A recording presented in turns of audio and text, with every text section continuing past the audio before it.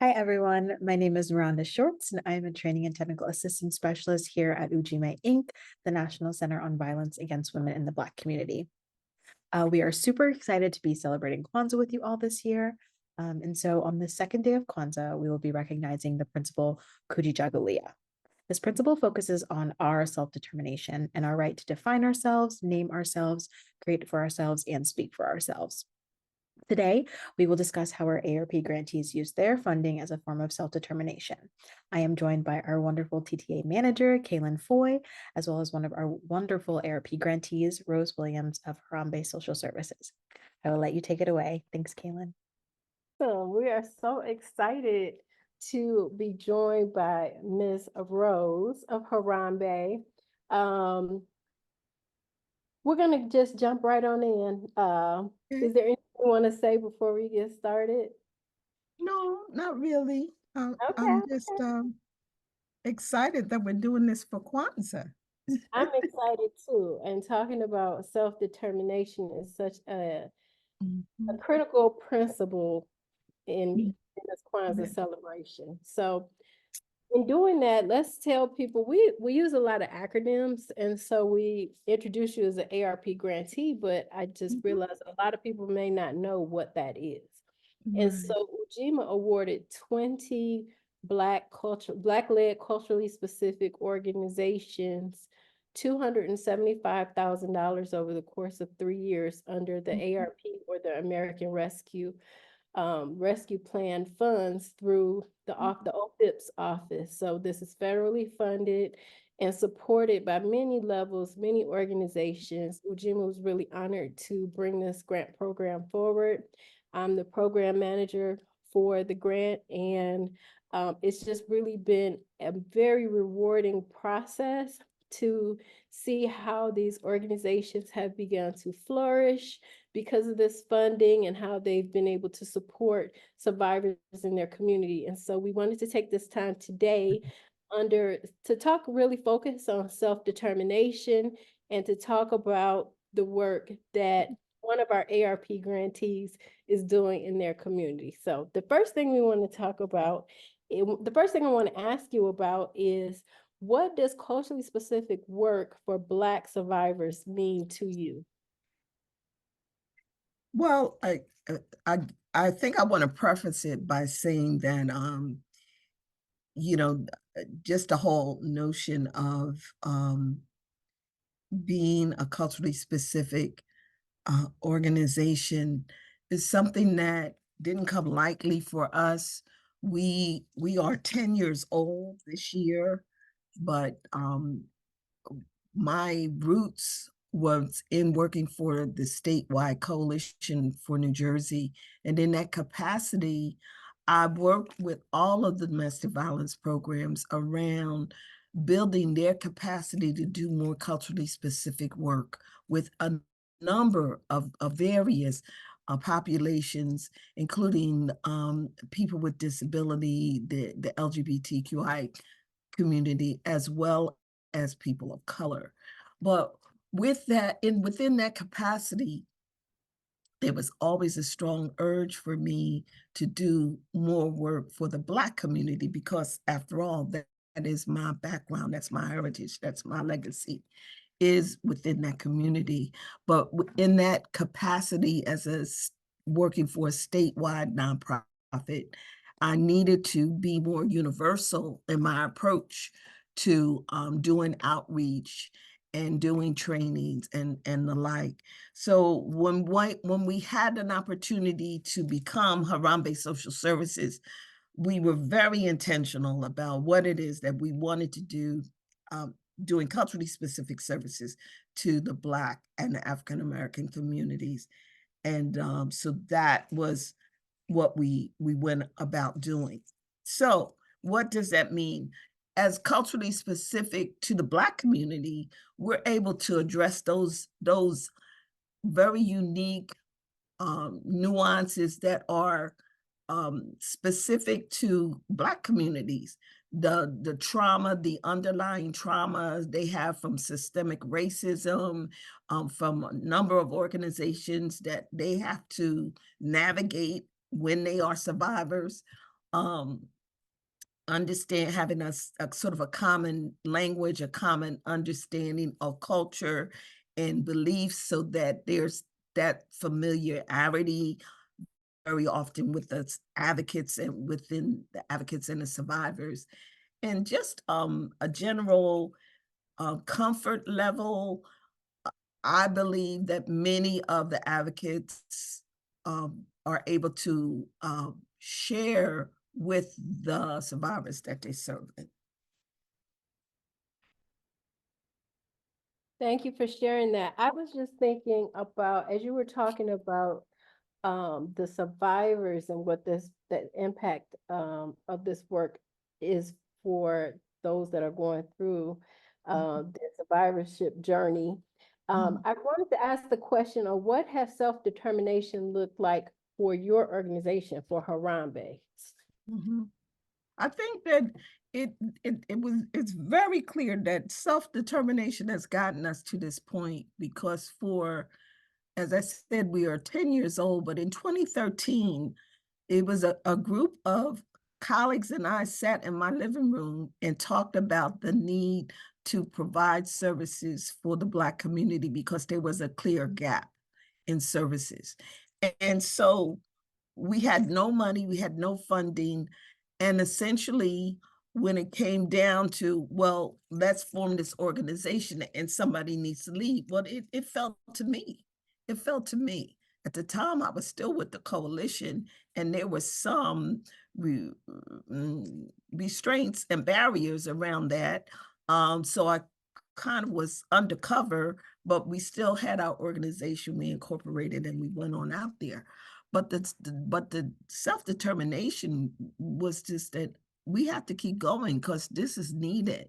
And so for until from 2013 to 2017, we did not receive any money of any kind from an agency or foundation. We only existed through donations that people offered, $100 here, $200 here, and so on. And some, maybe minor fundraisers that would get us through. But at that time, we were not providing the direct services. We were providing community education and going out to communities where we were invited and asked to come in and speak to a youth group or a church group or a college, fraternity, a sorority, invited us in to get more understanding of what is domestic violence, what's teen dating violence, what's sexual assault about, and they invite us, and that's what we did.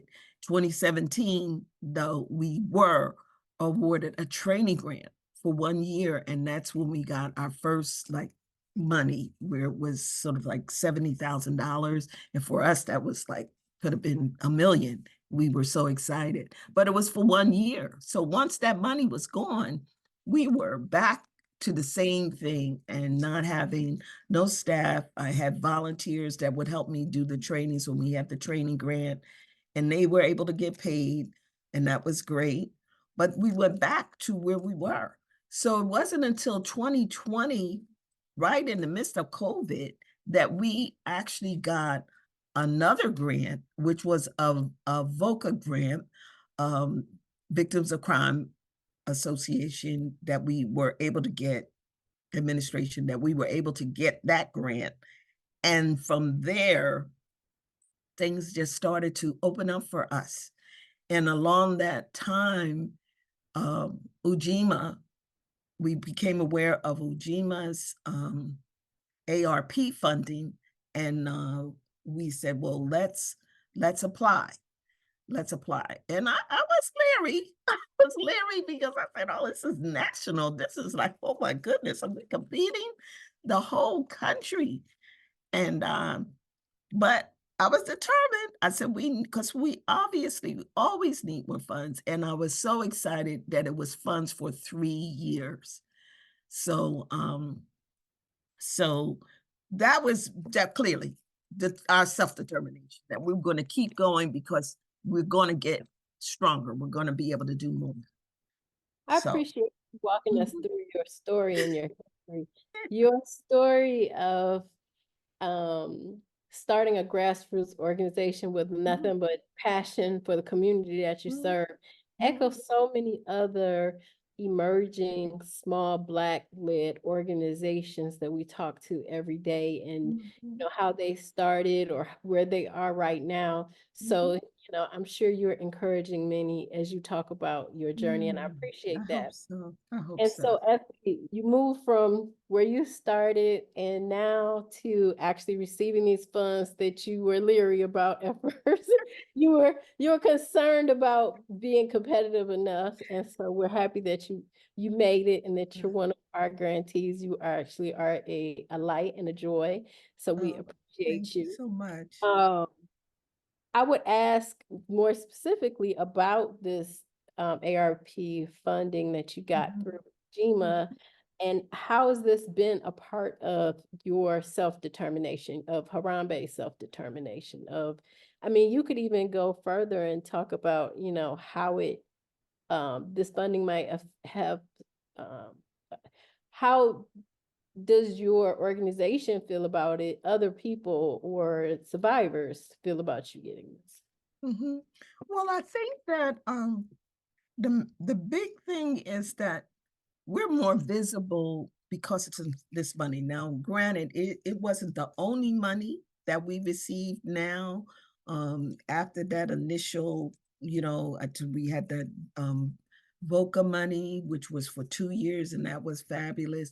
Then we started to, our state started to have something they called culturally specific programming. And I think that came out of the federal guidelines from FIPSA that that's what they should be doing. But anyway, excuse me.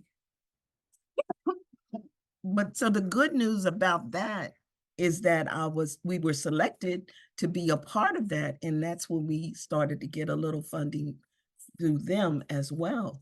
But what happened I think that was so, for us, so important with the Ujima money, that it felt like validation. I talked about being leery because I'm now with my peers. I'm with folks that do understand the struggle and will understand, what we're saying when we're trying to explain our program to some degree, and that it's different. And then I keep saying, well, what's so different about it? And you trying to explain it, but they don't quite understand. But now with Ujima funds and just the support that Ujima has offered over this past year of funding, you do understand the the very subtle nuances of being that Black owned, Black run organization that's trying to reach the Black community, and then those unspoken things that are kind of there, but within the funding stream, it's not always addressed. So you have to overcome those hurdles on your own. And I felt that Ujima funds in your organization in general, you already knew all of that going in. And so that you built in these training sessions, these support sessions, where we would come in and get TA as a group, and we could get things individually if we requested it. So you already were understanding, well, yeah, you're 10 years old, but 10 years old is like, you're still an infant in DV years, because there's so many obstacles along the way. And certainly the financial piece is a well-kept secret. Even though I work for a statewide coalition, I knew practically nothing about how uh, funding worked and how to seek grants, and then how to allocate and all of those kinds of things. Those were things that were new to me. So I'm still learning all of that. So I just feel that the self-determination and staying in it when it felt like, I already did retire. Maybe I should retire again. I didn't tell you that part. I did retire in 2015, but I came out of retirement to build this because I felt it needed and deserved the attention to be focused on building this as it can be built. Um, so that's, what happened, but it just really was so much about the funding being there.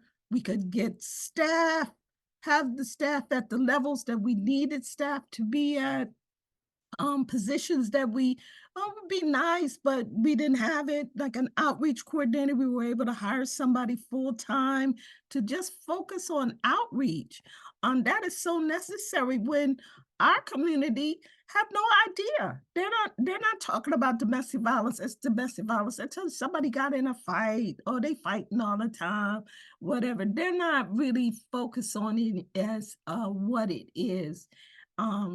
And then because of all of the systemic racism within the law enforcement and the judicial system, we know that survivors, specifically Black women, are, and some men that they're not going to call law enforcement. They're not going to get a TRO, FRO, or restraining orders. Because they're called different things in different parts of the country.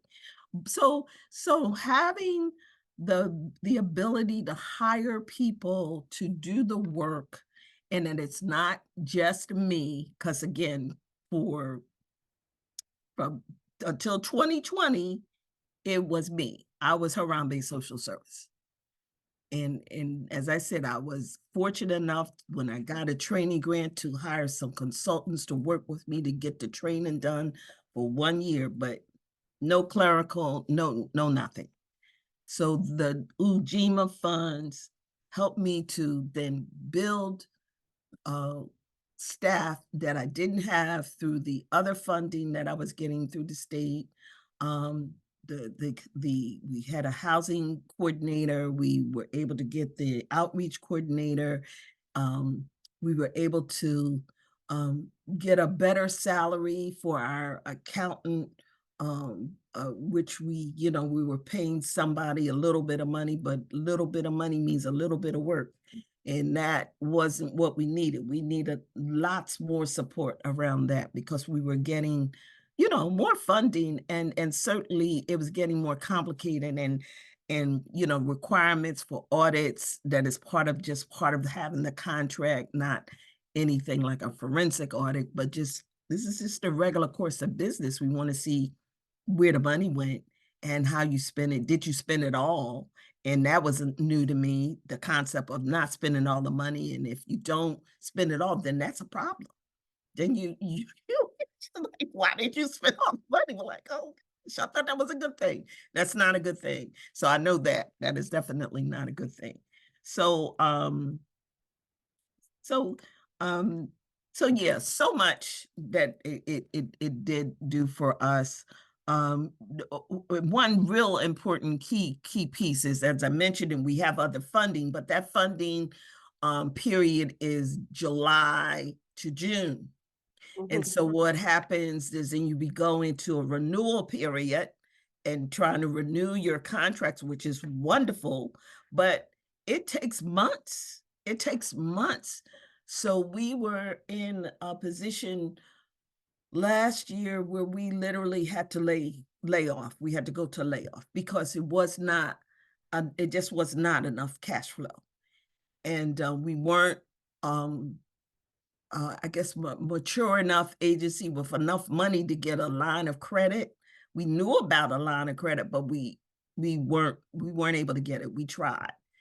And so this year with Ujima funding, we were able to, and it came in like in between, but when it's September to October, is October to September. So it's a blessing because it covers that period where our cash flow is low, and now we have money to cover that period, and we did not have to lay anybody off because that is something that I really just don't want to do, hate to do. Awesome. That's awesome. And I want to thank you for your transparency.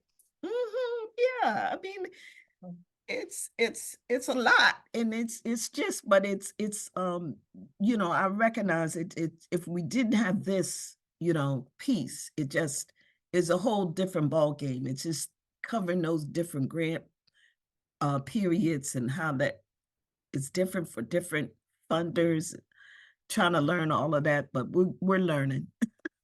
Yes, indeed. So I have another question for you. Have you received any feedback from survivors on why they chose to receive services from Harambe Social Services, a culturally specific organization, versus going to a different type of organization in the community that does not have that focus? Mhm. I think we do get feedback. It's not always as deliberate as that, but they very often we have gotten the feedback of they feel as though we cared about them. They felt as though we wanted to look beyond maybe just the structure of the application and hear what they were saying when they were talking about um I'm trying to think of some situation. Okay, one situation, we had a situation where we first started with something called hotel placement, and that's all happened around COVID. I know that was federal money, but it was a blessing for us in our community because we do not have a shelter. But we began to realize we had to adapt whatever the rules were so that we could get people in because we had special situations. So one situation, a mother who had an adult child, but her adult child had developmental disability. So when she left to come into the hotel, we're explaining, well, it's only for you. You can't tell people where you are and all of these other, little rules that we felt, would hold confidentiality for herself and other survivors. But she eventually, I think she stayed about 2, maybe 3 days, and eventually she called us and asked us, could we please let her daughter come? Because her daughter was afraid by herself, and she was in a very rundown apartment that was, rodent infested and a whole bunch of other things that were going on. But she was scared by herself. So her mother was staying there with her a little temporarily, as a safe place for her. But she was afraid. So we said, you know what? We're gonna allow it. We're gonna allow it. Just come on. And you know, we we allowed her to come, bring her daughter, and then over several months, there was, months involved, but now that woman is doing so well, and so is her daughter, and they constantly are singing our praises that, we were compassionate and we listened and all of that. And we have others that as well. We sort of like just look at the whole picture and not just you can't always be so rigid within the lines. And I think that's the thing that we're able to do um, with due diligence, but at the same time that it can't always be just straight, straightforward. It's not always. There's some nuances at times. So we I agree. love when we're able to advocate for somebody to get the service that they really need. Yes, indeed. Well, I Mhm. thank you for your time. I have one last question. Okay. That question is, what would you say to a funder, a community stakeholder, or even individuals regarding investing and supporting culturally specific organizations for Black survivors of domestic violence? Mhm. Oh, I would say it's absolutely necessary because the even, as we know that this ARP money is for 3 years, and then it's 2025, I believe, that it will be coming to an end. That the wheels are turning for us in terms of we can't wait to 2025. We are beginning to look at how we first of all, what will we need? And then sort of mapping out a plan for seeking additional funds. But I think it's so important for maybe even private funders or foundations to think more about the culturally specific organizations, because we don't always have all of the avenues that mainstream organizations have, and that may be, um, you know, maybe our budget needs to be a certain thing, or maybe our staffing needs to be at a certain level. There could be any number of things that maybe just don't quite fit the criteria. So I think it's important to recognize the need, and that also, just in general, in terms of statistics, the overwhelming uh, disproportionality for Black women who are impacted by domestic violence and sexual assault versus their populations, and so with a greater need, there should be greater funding. Most definitely. I appreciate your time. This Rose Williams of Harambe Social Services. My name is Kaylin Foy, and I'm one of the training and technical assistance managers here at Ujima.